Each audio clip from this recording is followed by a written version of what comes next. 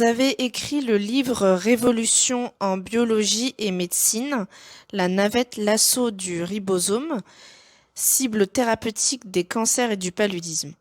Donc, pouvez-vous nous présenter ce livre en quelques mots? Oui, le livre nous a été inspiré par les problèmes actuels de résurgence de certaines infections virales, le problème classique du cancer qui dure depuis trop longtemps, et le problème de certaines maladies, une infestation, maladie parasitaire comme le paludisme, qui tue beaucoup de gens dans le monde. Donc, nous avons commencé les travaux de recherche, comprendre tous ces phénomènes-là depuis longtemps, mais nous avons intensifié nos recherches à l'apparition du Covid, parce que nous étions persuadés qu'il y a un lien entre nos travaux commencés il y a il y a 45 ans, et ces maladies-là, les infections bactériennes, virales, etc., etc. Donc, nous avons découvert, effectivement, la cible thérapeutique de ces maladies qui était recherchée depuis extrêmement longtemps. Voilà. Et c'est pour ça que nous avons écrit ce livre-là qui signale maintenant qu'il y a une révolution, il y a vraiment une façon différente de voir la vie en elle-même et toutes les maladies, comme nous allons le voir dans la suite. Voilà. Qu'est-ce qu'un ribosome? Alors, un ribosome, c'est une hypothèse émise par plusieurs personnes, y compris, il faut revenir très légèrement en arrière. Les deux personnes qui ont découvert la structure de l'ADN, James Watson et Francis Crick, c'est pour ça qu'on parle d'eux en disant Watson-Crick, les liaisons Watson-Crick de l'ADN, ces personnes ont été les premières personnes à vouloir comprendre comment on passe d'un gène à une protéine. C'était les premiers à émettre des hypothèses. Et lui, Francis Crick, le deuxième là, James Watson a dit, ça me paraît bizarre ce truc. Ça doit être le ribosome qui doit le faire, mais comment? On ne sait pas. Et donc ils ont mis des hypothèses. Mais Francis Crick, il a été beaucoup plus téméraire et l'expérience a montré qu'il s'est trompé. On sait maintenant qu'il s'est trompé aujourd'hui. Celui-là a dit, à ce moment-là, il y avait quelqu'un qui s'appelle Thomas Ketch qui a découvert que l'ARN peut faire une catalyse. Mais ça arrive une fois sur 1 million dans le corps humain. Et lui, il a quand même défendu l'idée jusqu'en 80 où il a eu le prix Nobel, Thomas Kitch. Et comme Kitch était un copain de Francis Crick, dès ces années-là où il a découvert l'ADN, il commençait à dire oui, ça doit être le ribosome doit fonctionner comme un ribosome. Donc les premières idées venaient des découvreurs même de l'ADN. Puis on a entraîné ça jusqu'ici et les cristallographes ont dit banco, il n'y a pas de protéines là où on l'attend, donc c'est un ribosome. Donc c'est l'ARN qui fait la catalyse. Voilà. Un ribosome, c'est un ARN qui joue une fonction dans l'hémoglobine comparable à celle que pourrait jouer dans le corps, comparable à celle que pourrait jouer l'hémoglobine. Est-ce qu'un ribosome peut transporter l'oxygène comme l'hémoglobine? C'est la question qui était posée et en fait, il y a des gens qui ont prétendu que oui. Nous allons voir dans la suite que ça ne marche pas comme ça.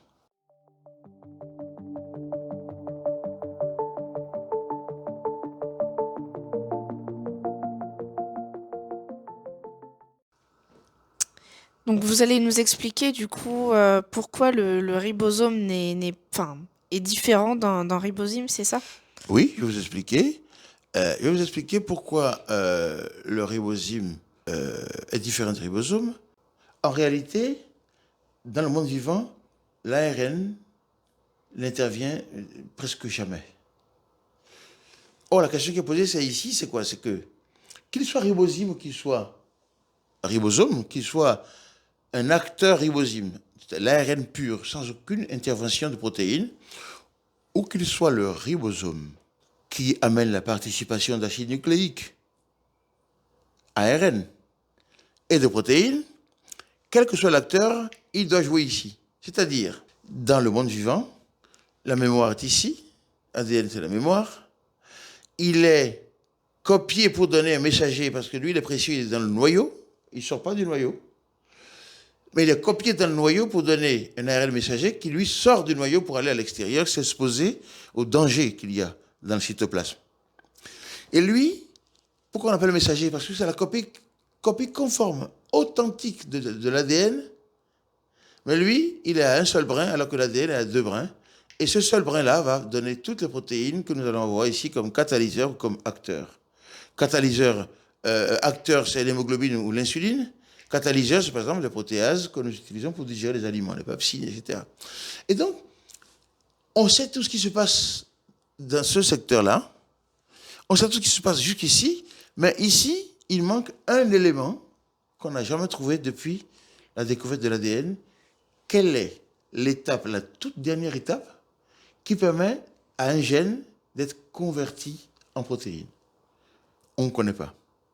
Et comme on ne le connaît pas, les gens qui parlent de ribosome disent oui, on ne connaît pas, on ne sait pas très bien comment ça fonctionne, mais ça doit être un ARN, parce que ils ont inventé le monde ARN qui dit qu'au commencement était l'ARN, alors que nous, dans notre théorie, au commencement étaient les acides aminés.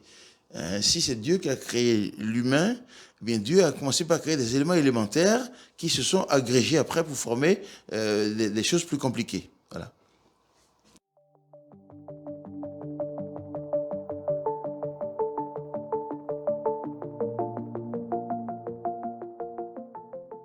Voici un ribosome, comparé à un ribosome qui est un morceau d'ARN, un morceau, tout petit morceau. Le ribosome, c'est une usine, et chez l'humain, c'est 80 protéines et 4 ARN. Voilà. Et là, ce serait l'usine, ce serait la centrale, ça, dans la cellule. Centrale énergétique, puisque ça crée tout objet dans notre cellule doit passer par là. Les petites molécules, les grandes, tout acide nucléique, tout ce qu'il y a dans une cellule doit passer par cet intermédiaire obligatoirement et fabriqué par cette usine-là. Parce que c'est lui, le ribosome, qui fabrique les protéines, les enzymes, et les enzymes vont aller fabriquer, ils fabriquent donc directement tout ce qui est protéines, l'insuline, les hormones peptidiques, tout le monde passe par là. Les immunoglobulines, tout le système immunitaire est synthétisé directement par le ribosome. Tout ce qu'il y a de molécules importantes dans un organisme, que ce soit acide nucléique ou protéines, de n'importe quel type, est fabriqué ici. Et ces protéines, les enzymes vont, eux, à leur tour, aller fabriquer les petites molécules. Quand les gens parlent de la source d'énergie naturelle de l'organisme, c'est l'ATP. Et l'ATP est synthétisé par une ATP synthétase.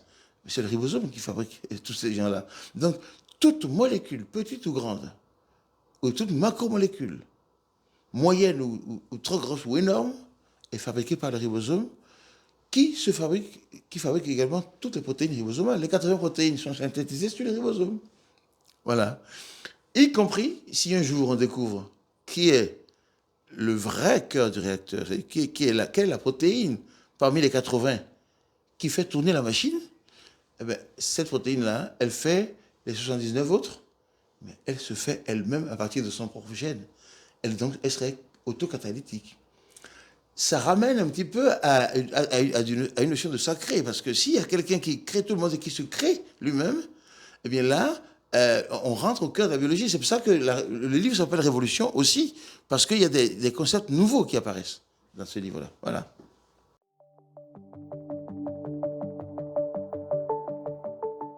Le titre de votre livre, vous nous parlez de la navette Lasso. Oui. Donc on aimerait savoir un petit peu quel est le fonctionnement de cette navette Lasso. Voilà. Alors, une fois qu'on a posé la question, est-ce que le ribosome est un ribozyme ou est-ce que ça fonctionne avec des protéines? Cette question est fondamentale parce que jusqu'à maintenant, dans nos raisonnements, on n'a jamais vu un ARN faire une fonction biologique éminente. On ne donc qu'une protéine. Si le ribosome n'a pas de protéines, c'est parce que les cristallographes ont dit, voici le ribosome, qu'on a vu tout à l'heure sous sa forme en 3 dimensions dans la cellule. Maintenant, les cristallographes, quand ils ont cristallisé, ils ont séparé les 2 sous-unités, parce qu'il y a 2 sous-unités ensemble dans le ribosome, la petite et la grande. Et l'activité, le cœur catalytique, est ici, dans ce cercle-là. Et les cristallographes, quand ils ont regardé ici, ils ont dit oui, on sait que l'activité doit se passer ici parce que on a des résultats biochimiques qui montrent que ça doit être ici. Et ils ont dit, il n'y a pas de protéines dedans. Il n'y a pas de protéines dans ce cercle-là. Et il n'y a pas de protéines à l'intérieur. Donc, ils disent, tout ce qui est à l'intérieur, c'est de l'ARN. Donc, ils disent, c'est l'ARN qui fait la vie, qui fait entretenir le moteur, la centrale énergétique, centrale alimentaire hein, de tout le corps. C'est un ARN, puisqu'il n'y a pas de protéines. Puisque vous avez posé la question sur la navette, voici comment est venue l'idée de la navette. Alors, ils ont vu qu'il n'y a pas de protéines. Et nous, avec une méthode différente, en solution, on a tout de suite vu qu'il y avait une protéine, mais la protéine est en dehors du cercle. L'objet ovale qu'on a vu tout à l'heure, le cercle central, le cœur du réacteur où on doit avoir la protéine, où il n'y a pas de protéine, eh bien, le cœur est ici. Le cœur est là. Vous voyez, c'est ce qui est marqué P et A. P et A, c'est là où doit se passer quelque chose. Et là où on a vu tout à l'heure qu'il n'y a pas de protéines dedans. S'il n'y a pas de protéines, que les uns disent que c'est un ribozyme, nous on dit, ah, il n'y a pas de protéines, c'est vrai, vous avez raison. Mais nous on trouve une protéine qui est à l'extérieur, qui est loin, et qui est donc ici. Voici, on a mis L44E, on l'appelait EL42, on l'appelle aujourd'hui EL42, mais à l'époque, on l'appelait L44E. Et donc, nous, on l'a trouvé ici, alors que tout se passe là, l'activité se passe ici. Et donc, l'idée de la navette, c'est qu'on s'est dit un jour, je me suis dit, eh bien, s'il y a un objet invisible, et que j'ai l'intime conviction que c'est quand même lui l'acteur, il n'y a qu'une hypothèse, il fait la navette.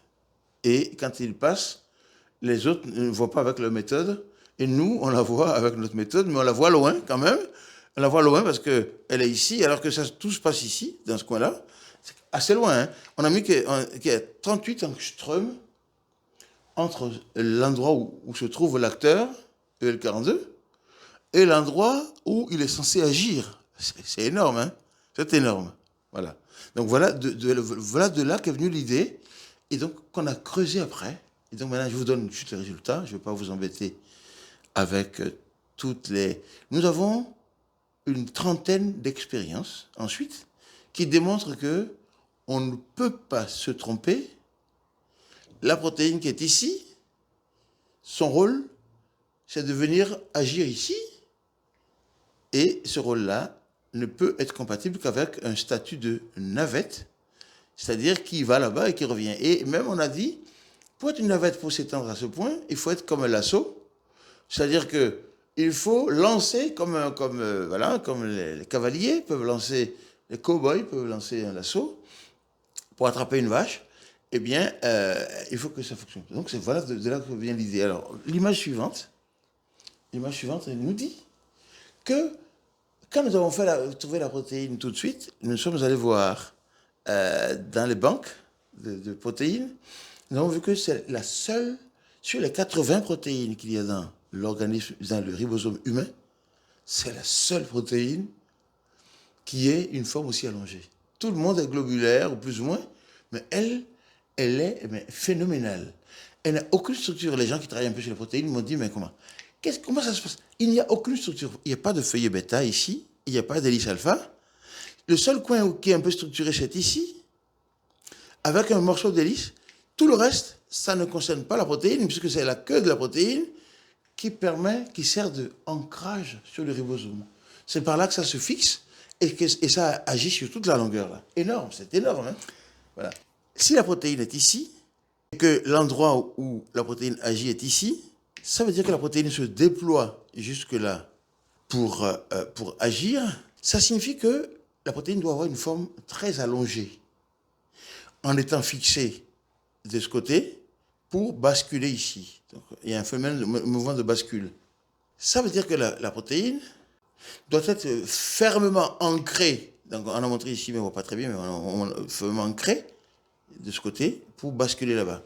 Et c'est compatible avec une partie non structurée, très flexible, qui permet de faire comme un lasso, un vrai lasso, pour aller agir dans ce coin-là. Donc c'est ici que se passe l'activité. Image suivante. Et effectivement, on a constaté que dans les structures cristallographiques que les cristallographes ont montrées, ils ont dit qu'il n'y a pas de protéine, mais ils ont dit que cette protéine-là, qui est le 42, est située là où on a vu tout à l'heure, c'est-à-dire en dehors du champ d'activité, mais ils ont quand même vu qu'il y avait un tRNA qui était dedans, que c'est le tRNA qui ne joue plus au cœur catalytique, mais qui est sorti. Le tRNA, quand il finit, il sort, il y a une porte de sortie.